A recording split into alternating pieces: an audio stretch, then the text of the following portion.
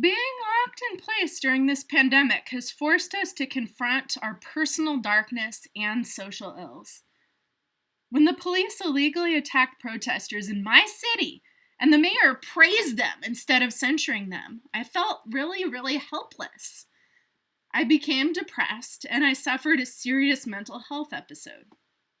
I reached out to friends for help and support, and my friends gave me hope.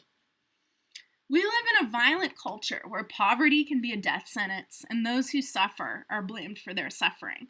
In Oakland, we criminalize homelessness, using our police force to frighten and harass homeless people and take their possessions.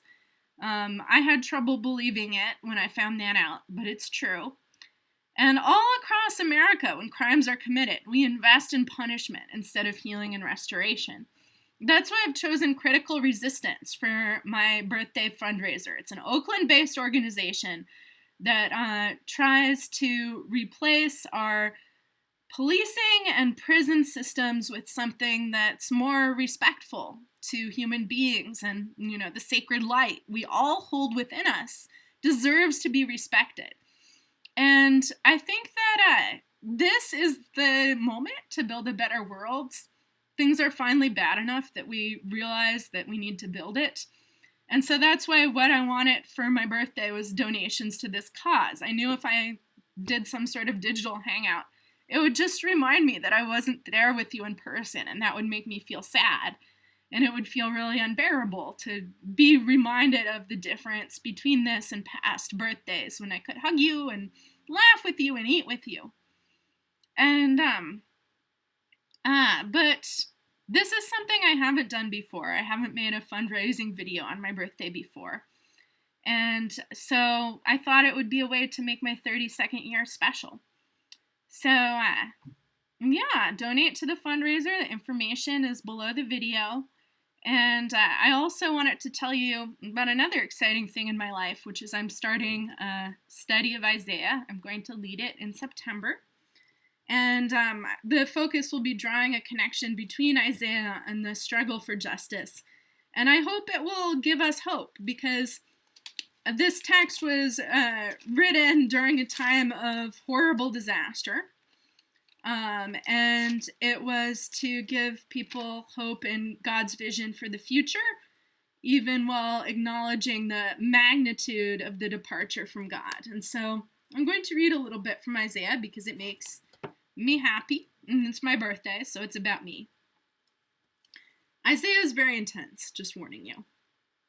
Why do you seek further beatings? Why do you continue to rebel? So this is God speaking to people who are doing dumb shit. And then he's very compassionate about how much their dumb shit hurts them, because he says, the whole head is sick and the whole heart faint.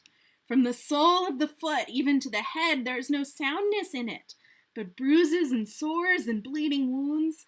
They have not been drained or bound up or softened with oil. And so when I felt really depressed and really shitty, this is pretty much how I feel. I beat up on myself in my own head, and I'm like, Charlotte, what's wrong with you? Until every part of my spirit feels like this.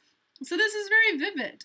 It's a vivid description of what it means to depart from the truth of our own spirit, which is that we're beautiful and we're good and we deserve healing. And here's another bit. I'm still in chapter 1. Hear the word of the Lord, you rulers of Sodom. Listen to the teaching of our God, you people of Gomorrah.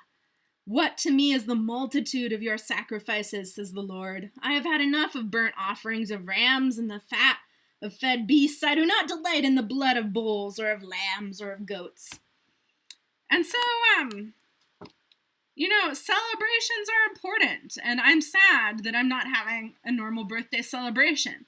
But this text makes a very good point that if you're celebrating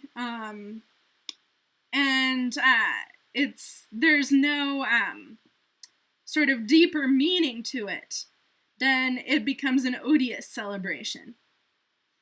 And so it would feel weird to me to celebrate right now while the world is burning, and it feels meaningful to call for justice while the world is burning.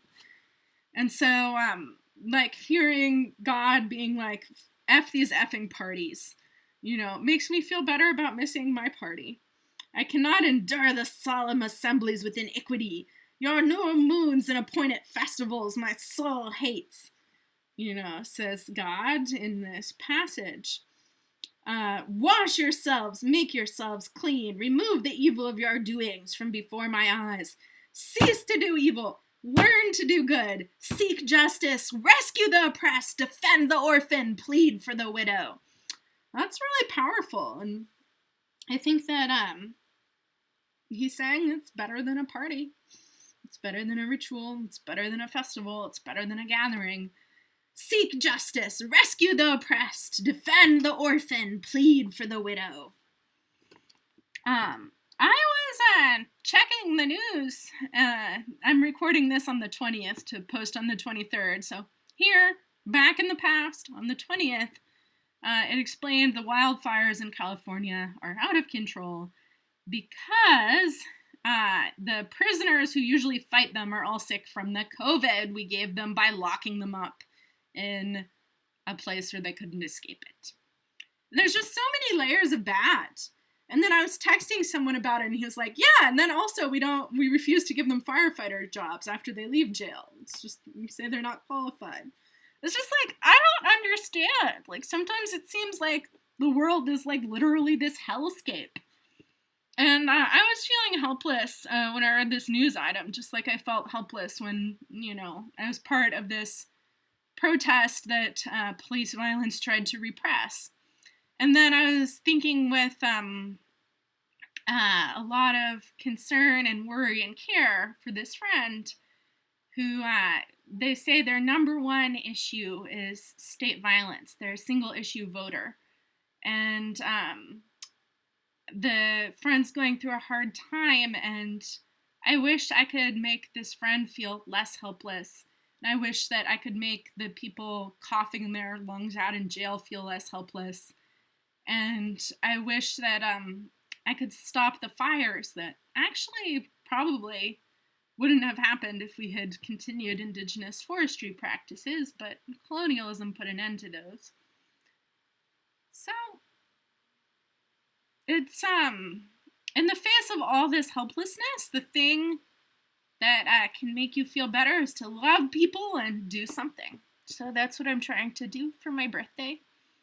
And I believe it'll work. I believe that 5 years from now, the systems we built as a result of this chaos and this disaster will be unimaginably better than the systems we had going into this pandemic. I think we can do it. Love you.